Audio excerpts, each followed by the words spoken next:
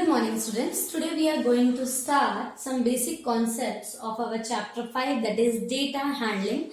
Definitely this term is not new for you. From in class 6th also you must have studied about data handling. 7th also you people have done. Now in class 8th also you are going to study some higher concepts of data handling. Now this is simply a recap of whatever you have learned previously. Now data handling, first of all, what is data? It's simply collection of raw facts and figure. So what is raw data? Which is unorganized. So unorganized collection of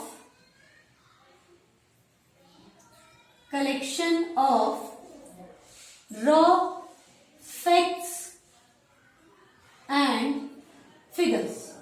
Okay. So unorganized collection of raw facts and figure is called simply or raw data. Raw data which is unorganized, and data is collection of facts and figures. Now organizing data. For understanding any data properly or for clear representation of that data, what we need to organize this data. Until and unless data is not organized, we will not be able to interpret it properly. We will not be able to analyze it. So for analyzing our data properly, what we have to do, organize our data. We have different methods of organizing data.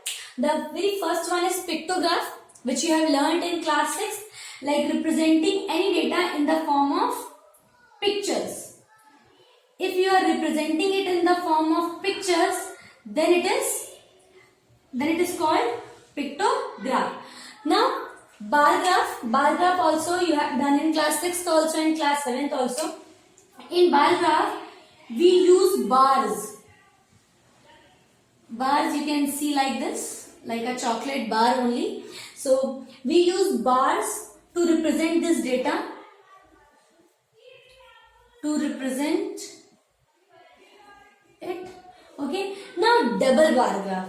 Now supposingly if in a graph I have to show two things for same object. For example, for a child, I have to show the marks of maths also and science also in UT1, UT2, half yearly and final. Then what I will do? I will use double bar graph. In double bar graph, I can show a comparative study between marks he has obtained in maths and science in all the 4 exams which has been conducted throughout the year. So in double bar graph, we can represent two things for same object. Two details we can represent. Okay, or supposingly in January, from January to like December, in all the 12 months, I can show the performance of women versus man also. I can compare these women and man performance. So this also I can show in double bar graph. So in bar graph we show only one thing, in double bar graph we show two things for the same object. Now frequency distribution table. Distribution table, like a table we have to make in which we have to distribute all the data. Now what is frequency? Frequency is simply the number, okay, the number of times.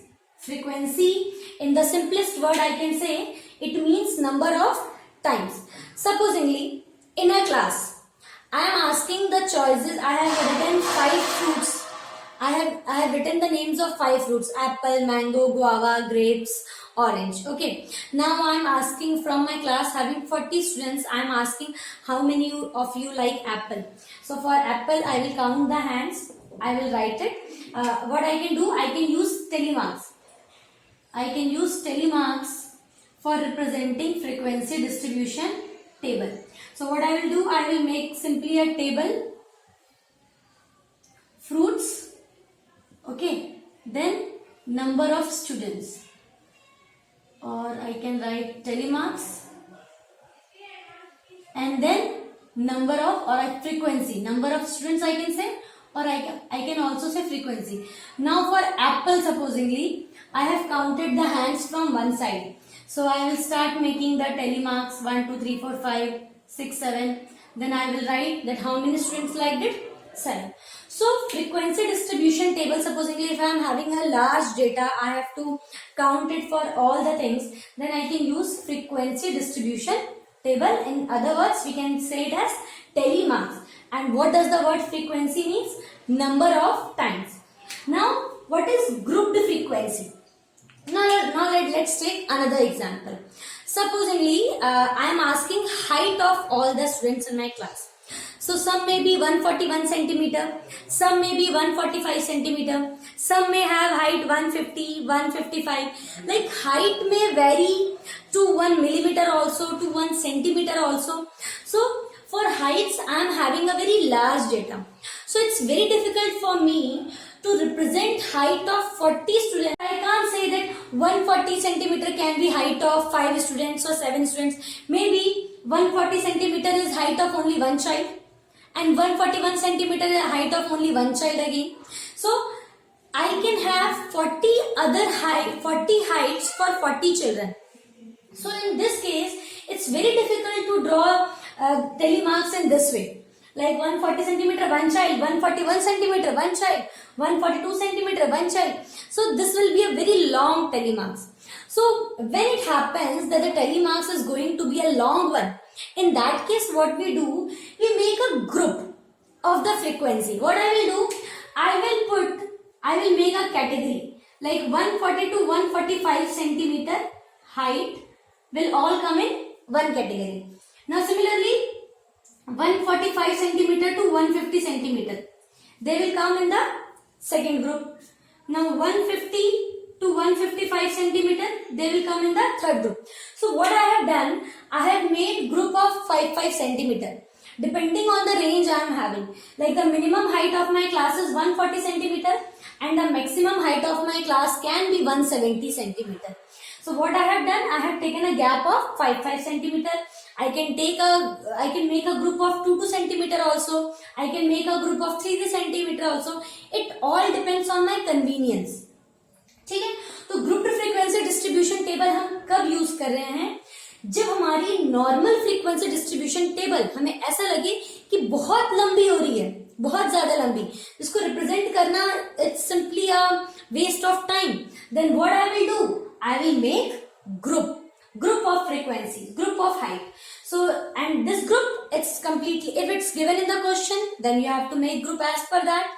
If it's not given, then you are completely independent to make group of different heights. So now in this now the question arises, supposingly a child is having the height of 145 centimeter. So either the question is, we have to put it in first column or second column, और first row और second row, किसमें हमें 145 centimetre को रखना है. तो ये बात आप हमेशा ध्यान रखोगे कि 145 सेंटीमीटर का अगर कोई बच्चा है तो ये इस वाले ग्रुप में नहीं आकर जहां पे इसकी लोअर लिमिट, अच्छा ये जो है इसको हम बोलते हैं लोअर लिमिट और इसको हम क्या बोलते हैं, अपर लिमिट. ठीक है, उसकी क्लास साइज कितनी हो गई, 5 सेंटीमीटर, 5 का गैप है. तो देखो लोअर लिमिट में आपको बता दूं, लोअर लिमिट जो लेफ्ट में आ रहा है दैट इज 140. इसके अकॉर्डिंग बता रही हूं मैं आपको सब कुछ. ठीक है, हायर लिमिट जो राइट में आ रही है वो इजिली आप समझ भी सकते हो उसको, हायर कौन सी लोअर कौन सी है, that is 145. Now what is class size, class size also you can say, और class width also we can say, that is 5 centimetre. क्योंकि 5 का गैप है तो क्लास विड्थ इतनी हो गई. ठीक है, तो इसके अकॉर्डिंग जहां पे आपका 145 लोअर लिमिट बन रहा है इसको प्लेस करेंगे. सिमिलरली अगर 150 है तो वो इस वाले ग्रुप में नहीं आएगा, वो इसके नेक्स्ट वाले ग्रुप में आएगा. So similarly we can make tally marks for the same. Tally marks अब बनाते जाएंगे, then we can write down that's frequency. So that is group frequency distribution table. बहुत ज्यादा डिफरेंस नहीं है बेटा. अगर बहुत सिंपल टेबल बन रही है तो frequency distribution table tally marks की. अगर आपकी टेबल लंबी हो रही है और उसमें आपको ग्रुप बनाने की जरूरत पड़ रही है, then it is group frequency distribution table. Now for simple data, for this kind of data we can make bar graph, and for grouped frequency distribution table I can't make bar graph.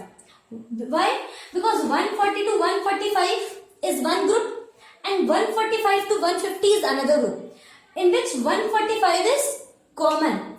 So what I have to do, I have to learn a new kind of graph. Like on x-axis, this is my x-axis downside, this is y-axis, x-axis. So in this supposedly 0. Now there is no need to show all the heights from 0 to 140 because I don't have any child who is having height less than what, 140 centimeter. So I am directly starting from 140 centimeter, then 145, then 150, 155 and so on. Like that I will continue. Now the problem is, like we have learned that the scale of the graph should remain. In this case you can see that here I am having the gap of 5 centimeter. Now but here is from 0 it's directly 140. So what I have to do, I have to make a king sign. This sign is called Z sign जो बना रही हूँ मैं यहाँ पे. इस Z sign को हम क्या बोलते हैं? King sign. What does it means? It means कि जो 0 से 140 सेंटीमीटर के जितने नंबर थे उन्हें मैंने से फोल्ड कर दिया है, कंप्रेस कर दिया है, which I have not shown. So this sign we can use if I am not showing a particular set of numbers and I am directly jumping to a bigger number.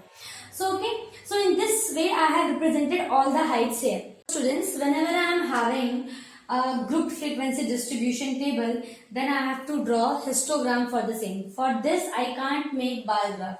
Okay, so because in histogram all the limits on the x-axis are connected with each other, so we are having bars which are joined with each other, and representation of bars in this way is known as histogram. This is a new method which you have learned in class 8. This group frequency distribution table is also new, and based on this group frequency distribution table we can draw histogram also. So in this way, on the basis of your understanding of the whole video, what you have to do, first of all you have to watch that video. A worksheet is attached with the video link also, in which first of all you have to, so students, on the basis of your understanding of this video you have to solve that worksheet. First of all read that important points and then do the answers of those worksheets, and next exercise we will start in our next class. Thank you students.